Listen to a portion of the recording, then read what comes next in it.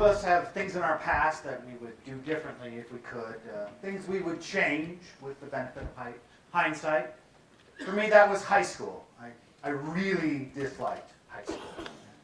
Freshman year wasn't so bad. You're kind of groping around in the dark to figure out how everything works there. What are the rules? Written, unwritten. What are the social strata? Where do I fit in? What are the social norms? What's accepted behavior? What's not accepted behavior? Where do you go to class? How do you move through the hallway? What do the authority figures punish? And what do they let go? But I distinctly remember showing up for my sophomore year of high school, park in the parking lot, go through the big south door, down the corridor, down the hallway, down the stairs, through the lunchroom, and the building is, buzz with energy. It's the first day of school. Everybody is excited to be there, and all I can think is, I really don't want to be here. And so from that day forward, I tried to find any legitimate reason that I could to not be in school for the day. And just so happened that the legislator from our town was also the House Minority Leader at the time. And so during my junior year, he came to the school. He was looking for pages to serve in the House Minority Office for the upcoming legislative session. He had a few of us in the room and kind of explained the process and how you go through it and what you would do right there. And of course, he sold me when he explained that you would get to go to Helena for a week, no school. I'm in. And so I found a place to stay in Helena for the week, and my folks drove me over to Helena on Sunday. And Monday morning, I went down to the Capitol building, and I went through the south entrance, and I went down the hallway and up a set of stairs, and down the hallway and up a set of stairs, and kind of up around the rotunda and headed down the hall towards the House Minority Leader's office. And all I could think was, this is awesome. And it was a fantastic time. I had a great time. In the morning, you would go get coffee for the legislators, clip articles out of the newspaper and file them away for God knows why. And maybe in the morning, you get to go watch a committee hearing on a bill that you were interested in, and come back a little before lunch and help the legislators round up their lunch, and help the secretary do some copying, and maybe in the afternoon go up in the House gallery and watch them debate the bills on the House floor, and got to meet the governor, and I had important people, legislators, important people, pull me aside and kind of explain what was going on there, how the sausage is getting made, how horses are getting traded, and that was it. I was hooked. I loved it. I just had a great time. And ever since then, I've been on a path to politics and government.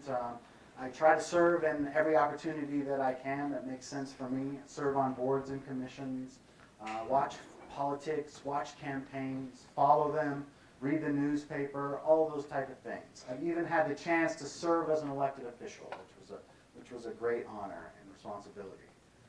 What I didn't know at the time when I was on this path towards politics and leadership is that eventually I would have to study change, because politics, campaigns, politicians are all intermixed with change. In fact, I was one of those politicians. I mean, why else would you serve if you're not going to do something to make a change? And we certainly don't ever hear any stump speeches from politicians who just aren't going to change anything, or who are there to do the status quo. And yet that's always what seems to happen, is nothing ever really changes. It kind of always stays the same. And so I began to study this phenomenon of change. And it's this huge, big, broad, overwhelming topic. But there are a few things that we can pull from it. Leadership is extremely important in change. You've got to have good leadership. They have to be a champion of that change. They have to do it on a consistent basis. And they just have to really want to make that change. They can't just give it lip service. That won't work.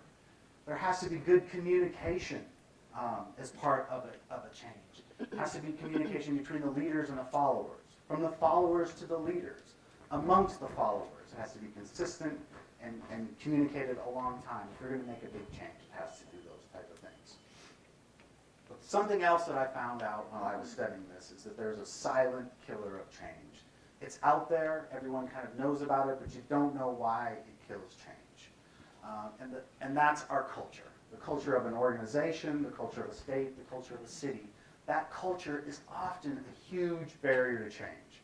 And so the best way I can kind of explain this to you is I'm going to do my very best to convince you to switch your diet from one that's based on meat and vegetables to one that's based on insects. I don't know if you know it or not, but an insect diet is far superior to our diet that we mostly use. Insects are far more efficient use of resources. 90 to 100% of an insect gets eaten when you eat them, whereas only about 45% of a cow gets eaten when you eat them. It takes 100 gallons of water per cow to produce just 1 pound of meat that shows up on the earth. Okay, well, whereas if you did it for crickets, it only takes a gallon of water. Insects are far more efficient at converting feed to protein. They are cold-blooded, and they are 4 times more efficient at moving food to protein. And they eat basically our garbage. So the stuff that we throw away, we could get to them, and they'll feed it, and it comes right back out. So they are far more efficient at doing that, and when you husband insects for consumptions, they produce significantly lower greenhouse gases than meats and vegetables. 6 ounces of crickets has 60% less trans fat than meat and twice as much B12. 6 ounces of mealworms has twice as much protein as the same amount of meat. Insect diets are incredibly safer than meat diets. We share some DNA with cows, chickens, pigs, and so we can get those diseases when we eat them, mad cow disease we get when we eat a cow. We share almost no DNA with insects. And so when we eat them, we have almost no chance of catching diseases. Everyone else is doing this. 80% of the people in the world have insects in their diet on a regular basis. They eat them all the time. And you probably eat them too, you just don't know it. The FDA has guidelines on spinach, and for every pound of spinach that's produced, it can only have 50 parts per 1,000 grams of aphids and grasshoppers.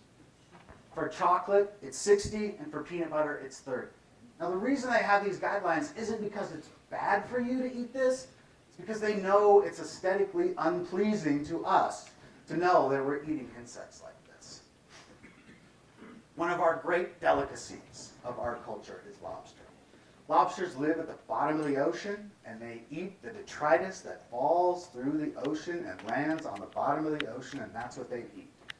Ask a lobster fisherman how to catch a bunch of lobster, and they'll say, find the raunchiest, rancid, rotten fish you can find, you stick that in a lobster trap, drop it down where the lobsters are, and they'll come running. That's how they find them. So by now, I'm sure I have convinced you that you want to switch over to an insect diet. In fact, I asked them that our buffet lunch be an insect lunch, because I'm so confident in my ability to persuade you that this is something that we want to do. So, how many are with me? How many are ready to switch? I'm in. How many are just sitting there going, yeah. And that's because our culture has taught us that an insect diet is yuck. We don't do that. Yuck. And so when you're trying to make a change, a big change, something like this, culture is often that silent barrier of change. Let me give you another example to show you how long it might take. The first seatbelt was invented in 1885. They weren't really even an option in most cars until the late 1940s, mid-50s. They didn't really become a standard option in our cars until about the late 50s. And they didn't really start passing seatbelt laws till mid-70s, early 80s. And all the way up to 1980, just about 100 years after the seatbelt was invented, about 10% of the people used a seatbelt in their car.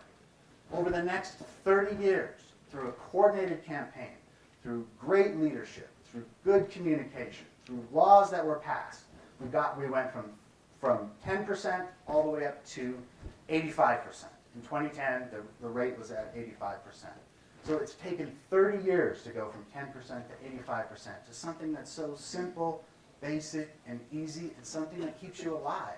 But our culture was just not ready for that. They just didn't want to do it. And we still have 15% of our population who choose not to wear a seatbelt, even though they know the dangers and that kind of stuff. So the next time that a politician stands up in front of you and tells you, if you elect me, I will make this change, ask yourself, will the culture allow that change to be made? And the next time the boss comes in and says, you know what, we're going to change this, does our organizational culture allow that change to take place? And consider the fact that culture is the silent killer of change.